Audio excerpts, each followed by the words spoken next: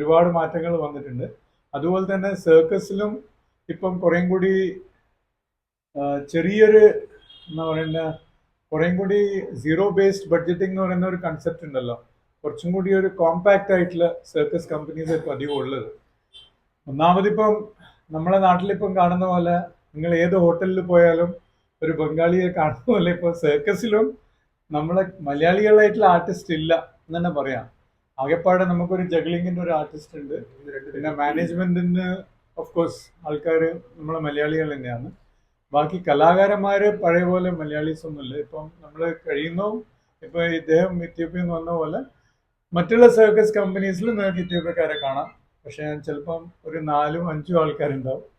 പിന്നെ ഉള്ള കലാകാരന്മാരൊക്കെ പുറത്തുനിന്നുള്ള ആൾക്കാരാണ്. എന്ന് വെച്ചാൽ നേപ്പാളിൽ നിന്നും പിന്നെ പല നോർത്ത് ഇന്ത്യൻ സംസ്ഥാനങ്ങളിൽ നിന്നുള്ള കലാകാരന്മാരാണ്. ഇപ്പോൾ ഓഫ് കോഴ്സ് ഈ സർക്കസ് ഇൻഡസ്ട്രീന് ചാലഞ്ചസ് ഒരുപാടുണ്ട്. പക്ഷെ അതുപോലെ തന്നെ നമുക്ക് അതിൻ്റെതായ ഗുണങ്ങളുണ്ട്. കാരണം സർക്കസ് കമ്പനികൾ അത്ര ഇല്ല. മോണോപ്പൊളി ഈസ് ദ USP എന്ന് പറയും. മോണോപ്പൊളി എന്ന് പറയുന്നത് ഇല്ലാത്ത ഇപ്പൊ ഇന്ന് നിങ്ങൾ മലബാറിൽ ഏത് സർക്കസ് കമ്പനിയാണ് ഉള്ളതെന്ന് വെച്ചാൽ വടകരയിലൊരു അപ്പോളോ സർക്കസ്, പിന്നെയുള്ള സർക്കസ് ഉള്ളത് പുനലൂര്, പിന്നെ അങ്ങനെ ഒന്ന് out of state Karnataka, Chennai, അങ്ങനെയൊക്കെ വളരെ ചുരുക്കം സർക്കസ് കമ്പനീസേ ഉള്ളൂ. കാരണം കോവിഡിന്റെ ആഘാതത്തിൽ ഒരുപാട് സർക്കസ് കമ്പനീസും നിർത്തി വെക്കേണ്ടി വന്നു. കാരണം ഈ സർക്കസ് കമ്പനിയിൽ ജോലി ചെയ്യുന്ന ആൾക്കാർക്ക് ജോലിന്റെ പ്രശ്നം കൊണ്ട് 2 കൊല്ലം ഒരുപാട് നിങ്ങൾക്കറിയാലോ, നമ്മൾ എല്ലാവരും എല്ലാ മേഖലയും ബാധിച്ച പോലെ തന്നെ സർക്കസ് മേഖലയും ഒരുപാട് ബാധിച്ചു. അപ്പൊ ആ പീരീഡിൽ ഒരുപാട് കലാകാരന്മാർ അത് വിട്ട് വേറെ തൊഴിലിലേക്ക് പോയി. അങ്ങനെ ഒരുപാട് മാറ്റങ്ങൾ വന്നതിന് ശേഷം ഇപ്പൊ സർക്കസ് കമ്പനി വളരെ കോമ്പാക്റ്റ് ആയിട്ടുള്ള ഒരു ഫോർമാറ്റിലാണ് ഇപ്പൊ പോകുന്നത്. ഇവിടെ ഇപ്പോൾ ഓഫ് കോഴ്സ് ഏറ്റവും എടുത്തു പറയാനുള്ള ഒരു ഐറ്റം എന്ന് പറയുന്നത് ഗ്ലോബ് മോട്ടോർ സൈക്കിൾ. നിങ്ങൾ പണ്ട് കണ്ടിട്ടുണ്ടാവും കുറേ കൊല്ലം മുമ്പ് 3 മോട്ടോർ സൈക്കിളിസ്റ്റ് ചെയ്യുന്ന ഒരു ഐറ്റം, അതാണ് ഒരു ഹൈലൈറ്റ് എന്ന് പറയാനുള്ളത്. പിന്നെ ഇദ്ദേഹം ചെയ്യുന്ന 3 വ്യത്യസ്ത അക്രോബാറ്റിക് ഐറ്റംസ് ഉണ്ട്. ഞാൻ നമ്മളെ പൂനെ ഫിലിം ഇൻസ്റ്റിറ്റ്യൂട്ടിന്റെ ഒരു പ്രൊഫസർ, അദ്ദേഹത്തിന് അവരൊരു സെന്റർ ഉണ്ട് കോട്ടയത്ത്. അവര് ഒരു ലേഡി പ്രൊഫസറാണ്. അദ്ദേഹം എൻ്റെ കൂടെ ഇരുന്നിട്ട് എന്നോട് ഒരു കാര്യം പറഞ്ഞുതരാം. അതെനിക്ക് വളരെയധികം സ്ട്രൈക്ക് ചെയ്തു. മാധ്യമരംഗത്ത് നോക്കുകയാണെങ്കിൽ ഒരു തലവാചകം പോലെയായിരുന്നു. ഇത്യോപ്യയിൽ നിങ്ങളത് വളരെ കൗതുകമായിട്ടുള്ളൊരു സംഭവം തന്നെയാണ്. ഇത്യോപ്യയിൽ ഒരൊറ്റ സർക്കസ് കമ്പനി ഇല്ല, ഒരു സർക്കസ് കമ്പനി ഇല്ല. പക്ഷേങ്കിൽ അവിടെ നിന്നുള്ള കലാകാരന്മാര് ലോകമെമ്പാടും ഇപ്പൊ സർക്കസ് കമ്പനി എന്ന് പറയുന്നത് അതും ആ സർക്കസിന്റെ ഫോർമാറ്റ് ഇപ്പം വ്യത്യസ്തമായി മാറിയിട്ടുണ്ട്. എന്നുവെച്ചാൽ ഇപ്പോ നമ്മൾ കാണുന്ന കൂടാരത്തിലെ സർക്കസിന്റെ പുറമെ ഇപ്പൊ സ്റ്റേജ് പെർഫോമൻസസിലും ഈ അക്രോബാറ്റിക്സ് ചെയ്യുന്നത് ഇത്യോപ്യൻ ആർട്ടിസ്റ്റാണ്. ഇവിടെ നമ്മളെ നാട്ടില്, കേരളത്തില് അല്ലെങ്കിൽ ഇന്ത്യയിൽ തന്നെ ഒരു അക്കാഡമി ഇല്ല, ഒരു അക്കാഡമി ഇല്ല. സർക്കസുമായിട്ട് ബന്ധപ്പെട്ട അക്കാഡമി ഇല്ല എന്ന് തന്നെ പറയാം. എവിടെയും ഇല്ല. തലശ്ശേരി തുടങ്ങിയിരുന്നു, അത് പിന്നെ ഇത്രയും പെട്ടെന്ന് പിന്നെ 2-3-4 കൊല്ലത്തിൽ തന്നെ പൂട്ടിപ്പോയി. അവിടെ വളരെ കൗതുകമായിട്ടുള്ള കാര്യം എന്താണെന്ന് വെച്ചാൽ സർക്കാരിന്റെ അണ്ടറിൽ തന്നെ, ഗവൺമെന്റിന്റെ അണ്ടറിൽ ഒരുപാട് അക്കാഡമീസ് ഉണ്ട്. എന്നുവെച്ചാൽ അവര് നമ്മൾ ഇവിടെ വൊക്കേഷണൽ ട്രെയിനിങ് പഠിപ്പിച്ച് കുട്ടികൾക്ക് സെൽഫ് എംപ്ലോയ്മെന്റ് കൊടുക്കുന്നില്ല. ഇപ്പൊ നമ്മള് കേന്ദ്ര ഗവൺമെന്റിന്റെ വികസിത് ഭാരത് സ്കീമും പിന്നെ നമ്മളെ സ്റ്റേറ്റ് ഗവൺമെന്റും എന്റർപ്രണർ സ്റ്റാർട്ടപ്പ് ചെയ്യാന്നെല്ലാം പറഞ്ഞിട്ടൊരു കൺസെപ്റ്റ് ഉണ്ടല്ലോ. അതിലെന്താ അവർ ഉദ്ദേശിക്കുന്ന തൊഴില് നൽകുക.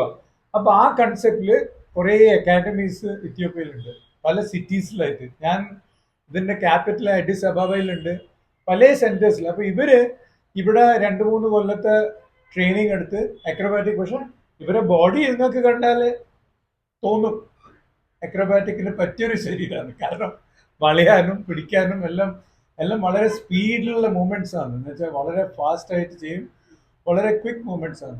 അപ്പൊ ആ വിധത്തിൽ നോക്കുകയാണ് നല്ല മികവുണ്ട്. അപ്പൊ അങ്ങനെയുള്ള അക്കാഡമിക്സിന് ഇപ്പൊ ഇന്ത്യയിലെ ഒരുപാട് സർക്കസ് കമ്പനീസ്, റഷ്യയിലുള്ള സർക്കസ് കമ്പനീസ്, അമേരിക്ക, അവരൊക്കെ ഇത്യോപ്യയിലുള്ള ആർട്ടിസ്റ്റ് പല സ്ഥലത്തുമായിട്ട് വർക്ക് ചെയ്യുന്നുണ്ട്. അപ്പൊ ഇത് പുറമെ ഇപ്പൊ നമ്മൾ ഇന്ത്യയിൽ തന്നെ സർക്കസിന്റെ തന്നെ ഇപ്പൊ മൃഗങ്ങളെ നിരോധനം വന്നുകൊണ്ട് ഇപ്പൊ നമ്മൾ ഇതിൽ റോബോട്ടിക്കിന്റെ കുറച്ച് പ്രദർശനം ഉണ്ടാവില്ല ഇതിൽ, റോബോട്ടിക് ആനിമൽസ്.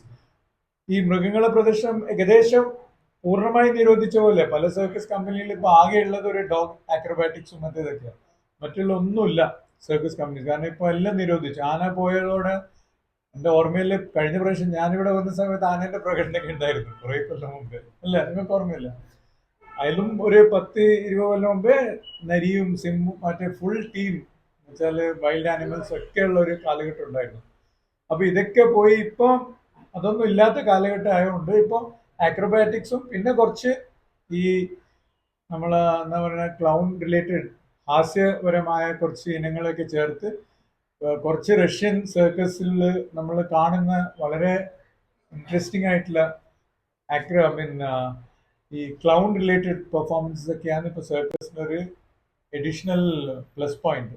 പിന്നെ ഓഫ് കോഴ്സ് ഉള്ള പൊതുവേ ഉള്ള ഒരു 10-20 ഐറ്റംസ്, ഉല്ല ഹുപ്പ്, പിന്നെ മറ്റുള്ള ഈ ഉയരത്തിൽ ചെയ്യുന്ന ഫ്ലൈങ് ട്രപ്പീസ്, പിന്നെ അങ്ങനത്തെ കുറേ നല്ല ആക്രോബാറ്റിക്സ് ഉണ്ടല്ലോ, കപ്പിൾ ആക്രോബാറ്റിക്സ് ഒക്കെ, അതൊക്കെയാണ് ഇപ്പോൾ ഇതിലുള്ള ഒരു പ്രധാന ഇനങ്ങൾ.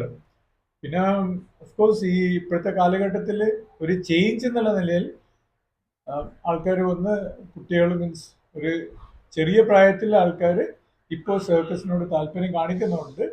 നമ്മൾ ഈ സ്കൂൾ കൺസെഷനിലെ ലാസ്റ്റിൽ കൊടുക്കാനുള്ള കാരണം അതാണ്. കുട്ടികൾ നിർബന്ധം കൊണ്ടാണ് അച്ഛനും അമ്മയും സർക്കസ് കാണാൻ വരും, അല്ലെങ്കിൽ അച്ഛനും അമ്മയ്ക്ക് വിടും. നമ്മളിത് പണ്ട് കണ്ടതിൽ എന്തെന്നാ കണ്ട് ഫുഡായിട്ടൊന്നുമില്ലല്ലോ പറഞ്ഞിട്ട് മടുക്കും. അപ്പോൾ കുട്ടികളൊരു നിർബന്ധം കൊണ്ട് സർക്കസ് കാണാൻ വരുന്ന ആ ഒരു ഫാക്ടർ തന്നെയാണ് നമുക്കിപ്പോൾ ഒരു നിലനിൽപ്പ് ഉള്ളത്. നിങ്ങൾക്ക് പിന്നെ ഇപ്പം എല്ലാം കൂടി 40 ആർട്ടിസ്റ്റ് ഉണ്ട്. അതെന്താന്ന് വെച്ചാൽ ഇതിന്റെ ഒരു പ്രധാനമായിട്ടുള്ള ഒരു ഘടകം എന്താണെന്നറിയാം, ഈ ആനിമൽ വെൽഫെയർ ബോർഡ് ഓഫ് ഇന്ത്യയും സെൻട്രൽ സൂ അതോറിറ്റി ആയിരുന്നു ഇതൊക്കെ നിയന്ത്രിച്ചുകൊണ്ടിരുന്നത്. സെൻട്രൽ സൂ അതോറിറ്റിന്റെ അണ്ടറിലാണ് ഈ വന്യമൃഗങ്ങളൊക്കെ വരിക. അപ്പോൾ ഈ മൃഗസ്നേഹികൾ എന്ന് പറഞ്ഞൊരു വലിയൊരു വ്യവസായ, വലിയൊരു NGO സെറ്റപ്പ് തന്നെ ഉണ്ട്. നിങ്ങൾ മേനകാ ഗാന്ധിയെ കേട്ടിട്ടുണ്ടാവില്ല, PFA, people four animals. Pitta വളരെ ഫേമസ് ആണ്, ലോക പ്രശസ്തമായ people four ethical treatment of animals. അപ്പൊ ഈ ഒരു ഗ്രൂപ്പ് അങ്ങനത്തെ പല, ഇപ്പം നമ്മളെ നാഗാർജുന സിനിമാ നടൻ, അവരുടെ ഭാര്യ അമല, ഓർക്കൊരു ആനിമൽ ഇതിന്റെ ഗ്രൂപ്പ് ഉണ്ടായിരുന്നു. അപ്പൊ ഇവർക്ക് എല്ലാം ഇതിന് ഒരുപാട് ഫണ്ട്സ് വരും. അപ്പൊ ഇവര് കേസ് കൊടുക്കും ഗവൺമെന്റിലും കോടതിയിലൊക്കെ ആയി, ഇവർക്ക് നമ്മള് നല്ല ഇത് കൊടുക്കുന്നില്ല, അങ്ങനത്തെ കേസും കുലുമാലായി. ഈ ഗവൺമെന്റ് അതോറിറ്റീസിന് ഇപ്പൊ എന്ത് ചെയ്തു, ഒരുപാട് നിയമങ്ങൾ കൊണ്ടുവന്നു. ഇപ്പൊ 50, 200, 300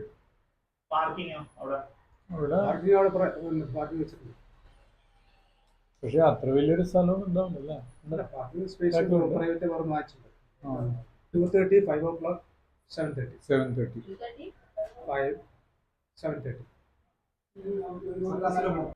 മൊത്തം ഒരു 85 പേര്.